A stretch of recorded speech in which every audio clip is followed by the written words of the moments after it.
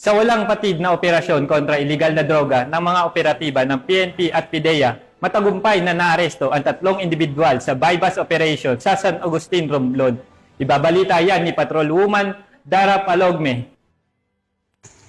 Nasabat ng mga otoridad ang 3 katao sa ikinsang bypass operation na isinagawa ng pinagsanib na person ng Philippine Drug Enforcement Agency Romblon at San Agustin Municipal Police Station nitong Agosto 3, dakong alas 9:45 ng gabi sa Sitio Kuli-Kuli, Barangay Poblasyon, San Agustin, Romblon. Kinilala ang mga naarestong suspect sa mga alias na Rostom, 28 anyos, laborer; Rochelle, 38 anyos, walang trabaho; at Michael, 21 anyos, walang trabaho na pawang mga residente ng nasabing barangay. Sa isinagawang operasyon, isang pulis ang umaktong pusher buyer na nakipagtransaksyon sa mga suspect at matagumpay na nakabili ng isang sachet ng hinihinalang shabu kapalit ang 1,000 pisong mark money. Bukod sa nabiling sachet, nakumpiska rin mula sa kanila ang siyang heat-sealed transparent plastic sachet at isang hindi selyadong sachet na naglalaman ng pinaghihinalaang shabu na may kabuuang timbang na humigit kumulang 6 na gramo.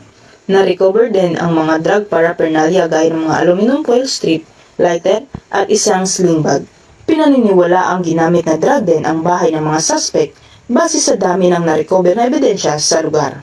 Ang dokumentasyon ng operasyon gaya ng inventaryo, pagmamarka ng ebidensya at pagkuha ng mga litrato ay isnagawa sa harap ng mga suspect at sinaksihan ng mga opisyal ng barangay poblasyon at kinatawan mula sa media.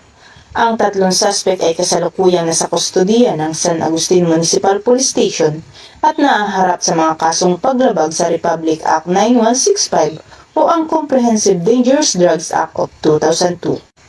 Patuloy ang paalala ng Philippine Drug Enforcement Agency at ng lokal na pulisya sa publiko na makiisa sa kampanya kontra illegal na droga upang mapanatili ang katahimikan at kaayusan sa mga komunidad.